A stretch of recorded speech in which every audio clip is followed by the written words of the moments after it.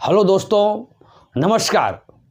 आप सबों को रेलवे के इस महायज्ञ में बहुत बहुत स्वागत है।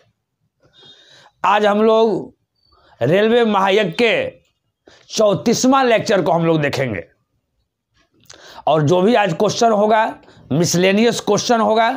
तो आइए बिना लेट किए हुए डायरेक्ट हम आते हैं आज के क्वेश्चन पर। हर क्वेश्चन जम्मू कश्मीर का टुकड़ा है आपके सामने। यहां देखिएगा, पहले हम क्वेश्चन को पढ़ देते हैं। क्वेश्चन आपका है कि निम्न में से वह सबसे छोटी वर्ग संख्या ज्ञात करें जो 6, 9, 12, 13 और 15 से पूरी तरह विभाजित हो जाए। किससे किससे विभाजित हो जाए जी? 6, 9, 12, 13 एंड क्या 15। इसका 4 को प्यारा प्यारा ऑप्शन दिया हुआ है मेरे भाई।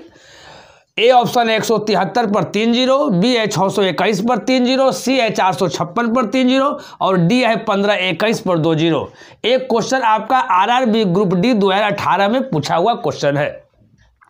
जैसा कि आप लोग जानते हैं कि जो भी क्वेश्चन हम उठाते हैं ये एनटीपीसी ग्रुप डी का ही आपका क्रैश क्वेश्चन रहा है और इसमें जो भी हम क्वेश्चन उठाते हैं वो आपका प्रीवियस क्वेश्चन होता है। बहुत सारे विद्यार्थी सोच रहे होंगे कि इस क्वेश्चन को हम कैसे बनाएंगे, कैसे सोल्व करेंगे।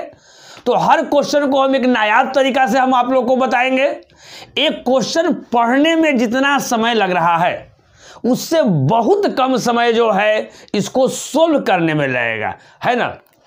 तो यहां देखिएगा क्वेश्चन कैसे बनेगा। एक बार क्वेश्चन को हम स्पीडली पढ़ते हैं और इसको स्पीडली बनाते हैं। ध्यान दीजिएगा, निम्न में से वह सबसे छोटी वर्ग संख्या ज्ञात करें जो 6, 9, 12, 13 और 15 से पूरी तरह विभाजित हो जाए।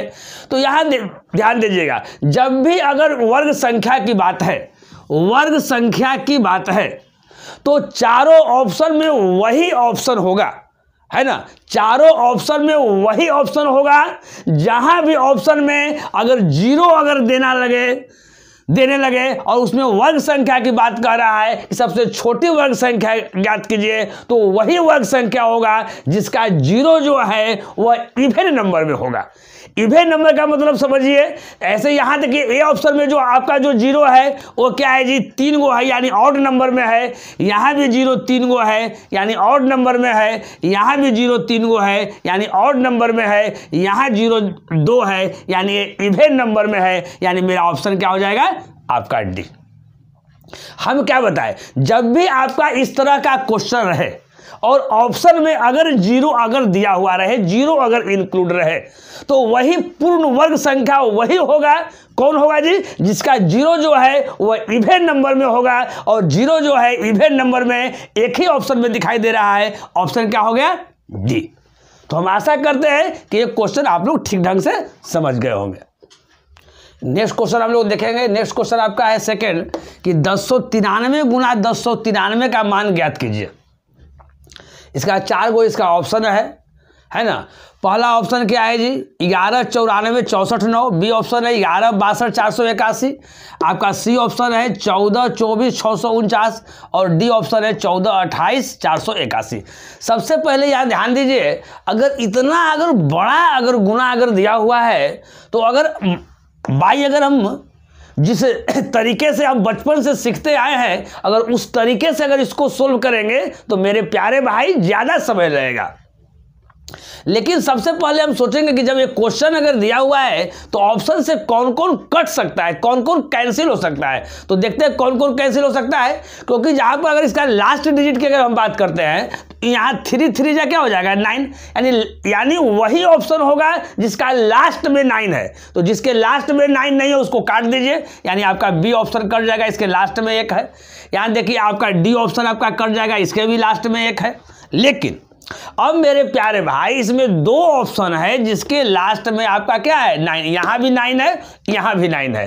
यानी आपका ऑप्शन ए में भी 9 है और आपका ऑप्शन सी में भी 9 है। तो अगर बचपन वाले अगर मेथड से हम लोग अगर गुना करेंगे, है ना, बेसिक जो मेथड हमारा है गुना करने का, अगर उससे गुना करेंगे यानी दादाजी वाला अगर मेथड से हम गुना करते हैं तो हमको लंबा समय लगेगा। तो जल्दी में करने के लिए क्या बताए हैं हम? डिजिट सम के बारे में बताए हैं कि उसमें कैसे हम लोग को बनेगा। तो यहां ध्यान दीजिए, अगर इसको अगर डिजिट सम से अगर बनाते हैं तो कैसे बनेगा, यहाँ ध्यान देने वाली बात है। तो डिजिट सम में हम क्या बताए हैं जी कि जो भी संख्या दिया हुआ है उसको सिंगल डिजिट में लाइए। 9 को आप कैंसिल कीजिए तो यहाँ 9 है, यहाँ कैंसिल कर दिए तो 3 है, कितना हो गया 4, यहाँ से 4 हो गया। इस 9 को कैंसिल कर देंगे, 3 है, कितना हो जाएगा 4। अगर इस 4 गुना 4 को अगर गुना करते हैं तो 4 चौका कितना हो जाएगा 16। अब यहाँ भी डबल डिजिट में है, इसको हमको सिंगल डिजिट में लाना है, तो इसको सिंगल डिजिट में लाएंगे तो 6 है, क्या कितना होगा 7। यानी मेरा वही ऑप्शन होगा जिसका सिंगल डिजिट क्या होगा 7 होगा। तो इसमें देखिए यहाँ 9 को हम कैंसिल कर दिए, यहाँ 9 को हम कैंसिल कर दिए। अब यहाँ देखिए तो 1 का 1 2 और 4 कितना हो गया 6, 6 और 6 कितना हो गया 12, 12 और 4 कितना हो गया 16, और 16 में जोड़ेंगे 1 और 6 तो कितना हो जाएगा जी 7। यानी हमारा ऑप्शन क्या हो जाएगा, ए ऑप्शन हो जाएगा। सी ऑप्शन चेक करने की कोई आवश्यकता नहीं है। अगर चेक करना अगर चाहते हैं तो आप चेक कर लीजिए। यहाँ 9 को आप कैंसिल कर दीजिए। यहाँ ध्यान दीजिएगा 4 और 1 5, 5 और 2 7 और 7 और 4 क्या हो गया जी 11। यानी 9 से कितना ज़्यादा है 2 ज़्यादा है, तो 2 और 6 कितना हो गया जी 8, और 8 और 4 कितना हो गया जी 12। अगर 12 को जोड़ते हैं तो 2 आए कितना हो जाता है 3, यानी यहाँ पर हो जाता है 3, यानी ए भी ऑप्शन मेरा नहीं होगा। यानी इस क्वेश्चन का आपका जो करेक्ट जो ऑप्शन है, मेरा करेक्ट ऑप्शन क्या आ जाएगा जी ए। हम आशा करते हैं कि आप लोग समझ गए होंगे। चलिए नेक्स्ट क्वेश्चन हम लोग देखते हैं। थर्ड क्वेश्चन कहता है मेरे प्यारे भाई, यदि x minus root x equal to 90 है तो कहता है कि रूट एक्स का वैल्यू आपका क्या होगा। 4 को प्यारा प्यारा ऑप्शन दिया हुआ है। ए आपका 10 है, बी आपका 9 है, सी आपका 100 है, डी आपका 81 है। आपका ए NTPC 2016 में पूछा गया आपका क्वेश्चन है। यहाँ ध्यान दीजिए, इस तरह के क्वेश्चन को हम लोग क्या करते हैं, बहुत ही इजीली जो है बाय ऑप्शन से हम लोग इसको बना सकते हैं, सोल्व कर सकते हैं। यहाँ ध्यान दीजिएगा, देखिएगा अगर x यहाँ है, x की जगह पर कुछ रखिए, तो बाई अगर ऑप्शन की जगह पर यहाँ कुछ रखिए। यहाँ जैसे ही यहाँ अगर 90 ले आना है तो आप समझिएगा अगर यहाँ 10 रखते हैं और 10 में से कुछ घटाना है तो 90 तो आएगा नहीं जी। तो यानी ए ऑप्शन और बी ऑप्शन को पहले नहीं रखना है। तो यहाँ अगर सी ऑप्शन अगर हम 100 को अगर रखते हैं तो यहाँ देखिए x के जगह पर यहाँ दिया हुआ है कि x माइनस रूट एक्स है, इजकल टू 90 है। अगर हम सी ऑप्शन 100 को अगर रखते हैं तो 100, यहाँ क्या है रूट अंडर में 100 है, तो यहाँ क्या हो जाएगा 10 हो जाएगा। यहाँ x की जगह पर अगर 100 रखते हैं, 100 जो है रूट अंडर में है, तो यहाँ 10 हो जाएगा। अब बराबर क्या 100 में से 10 जाएगा, कितना आ जाएगा 90। यानी 90 बराबर क्या हो जाएगा जी 90। यानी हमारा ऑप्शन है ना, अगर हम सी रखते हैं 100 तो मेरा 90 आ जाता है। लेकिन अगर x का अगर वैल्यू अगर निकालना रहता तो हमारा आंसर क्या हो जाता 100 हो जाता है, क्योंकि हम x की जगह पर हम 100 रखे हैं। लेकिन यहां पर क्वेश्चन क्या कह रहा है कि रूट x का वैल्यू ज्ञात कीजिए। तो x बराबर हम 100 रखे हैं, तो 100 का रूट कितना हो जाएगा 10। यानी हमारा जो ऑप्शन जो है से कौन सा सही हो जाएगा जी, ए ऑप्शन सही हो जाएगा। एक क्वेश्चन के इस तरह के भी क्वेश्चन में, इतना इजी क्वेश्चन में भी बच्चे गलती करते हैं। क्या गलती करेंगे, क्योंकि वहां जो एग्जामिनेशन हॉल में होता है ना कि बहुत टेंशन रहता है, और टेंशन में बच्चा क्या करता है कि हड़बड़ी में गड़बड़ी कर देता है। कैसे गड़बड़ी करेगा इस चीज को आप देखिए। यहाँ तो जैसे यहाँ 100 बैठाया तो सोचेगा कि 100 बैठा दिए तो यहाँ 90 हो गया, यानी मेरा ऑप्शन क्या हो जाएगा 100, जल्दी 100 मार देगा। लेकिन अगर इसमें एक्स का अगर वैल्यू निकालने के लिए रहता है तब मेरा आंसर 100 होता है। लेकिन थोड़ा सा चेंजिंग कर दिया मेरे भाई, क्या कर दिया है रूट एक्स का वैल्यू ज्ञात करने के लिए कर दिया है। तो रूट एक्स यानी एक्स के जगह पर यहाँ 100 जब रखेंगे तो रूट अंडर में वैल्यू उसका क्या हो जाएगा 10 हो जाएगा। यानी हमारा ऑप्शन क्या हो जाएगा, हमारा ऑप्शन ए हो जाएगा। चलिए नेक्स्ट क्वेश्चन हम लोग देखते हैं। नेक्स्ट क्वेश्चन कहता है 4 कि यदि इस समीकरण x square minus 6kx plus 5 equal to 0 का एक मूल 5 है तो k का मान है। यानी इन चारों ऑप्शन में से आपका k का जो मान है वो क्या होगा, ये आपको बताना है। आपका ए ऑप्शन है 2, बी ऑप्शन है -1, सी ऑप्शन है -1/2 और आपका डी ऑप्शन क्या है जी 1। एक क्वेश्चन आपका रांची और पटना ग्रुप डी 2014 में पूछा गया क्वेश्चन है। एक ग्रुप डी में भी क्वेश्चन पूछा है, और आपका ASM मुंबई स्टेशन मास्टर 2004 में भी पूछा गया क्वेश्चन है। जो आपका समीकरण दिया हुआ है, जो इक्वेशन दिया हुआ है, वो आपका है x square minus 6kx plus 5 equal to 0। तो देखिए इस तरह के क्वेश्चन को हम कैसे बनाते हैं। पहले यहाँ समीकरण लिखते हैं x square minus 6kx plus 5 equal to क्या लिखते हैं जी 0। देखिए का एक मूल 5 दिया हुआ है, इसका मतलब है मेरे प्यारे भाई कि x इक्वल टू क्या हो जाएगा 5। अब यहाँ देखिए जब x इक्वल टू जब यहाँ 5 हो जाएगा तो x के जगह पर 5 रखेंगे तो यहाँ 5 का स्क्वायर हो जाएगा, तो 5 का स्क्वायर यहाँ 25 हो जाएगा, माइनस अब यहाँ x के जगह पर हम 5 रखेंगे तो 6 पर कितना हो जाएगा 30, यानी यहाँ 30 के हो जाएगा, अब प्लस 5 इक्वल टू क्या हो जाएगा 0। तो अब देखिए 25 और 5 कितना हो गया जी 30 हो गया। तो अब यहाँ देखिएगा ये माइनस 30 के है और यहाँ 25 और 5 क्या हो गया 30, और ये 30 अगर उधर जाता है बराबर के ऊपर पार्टी जाता है तो यहाँ क्या हो जाता है माइनस 30 हो जाएगा, माइनस माइनस कट गया तो k इक्वल टू यहाँ क्या हो जाएगा 30/30, यानी मेरा क्या हो जाएगा 1, यानी 1 ऑप्शन क्या है डी। तो अब यहाँ ध्यान दीजिए यहीं से आप कर सकते हैं, अगर ऐसा कभी क्वेश्चन अगर दिया हुआ है अब बराबर अगर 0 है, इसका मतलब है कि अगर ये माइनस 30 के है, यानी देखिए माइनस 30 के और के का वैल्यू निकालना है, यहाँ भी 25 और 5 अगर 30 होता है तो उस 30 को इस 30 को काट देंगे और यही समझ लेंगे कि के का जो वैल्यू होगा वो मेरा क्या होगा 1 होगा। तो हम आशा करते हैं कि ये क्वेश्चन जो है आप लोग ठीक ढंग से समझ गए होंगे, कहीं कोई दिक्कत आप लोग को नहीं होगा। नेक्स्ट क्वेश्चन हम लोग देखते हैं। सबसे पहले क्वेश्चन को हम पढ़ देते हैं। कहता है क्वेश्चन 5 कि ब्रिज जो है, ब्रिज किसी व्यक्ति का नाम है, ब्रिज अकेला एक दीवार को 7.2 दिनों में पेंट कर सकता है, पेंट करने के लिए है, जबकि मधु को वही काम करने में 10.8 दिन लगते हैं। एक साथ काम करने पर दीवार के 5/6 भाग को पेंट करने में कितने दिन लगेंगे। एक क्वेश्चन जो है आपका आरआरबी ग्रुप डी 2018 में पूछा गया क्वेश्चन है। इसके 4 को प्यारा प्यारा ऑप्शन दिया हुआ है। आपका ए ऑप्शन है 4.2, बी है 3.6, सी है आपका 3.9 और डी आपका है 4.8। यहाँ ध्यान दीजिएगा ब्रिज जो है, यहाँ समझिएगा एक ब्रिज है और एक क्या है जी मधु है। B4 आपका क्या हो गया ब्रिज हो गया, M4 क्या आपका हो गया मधु हो गया।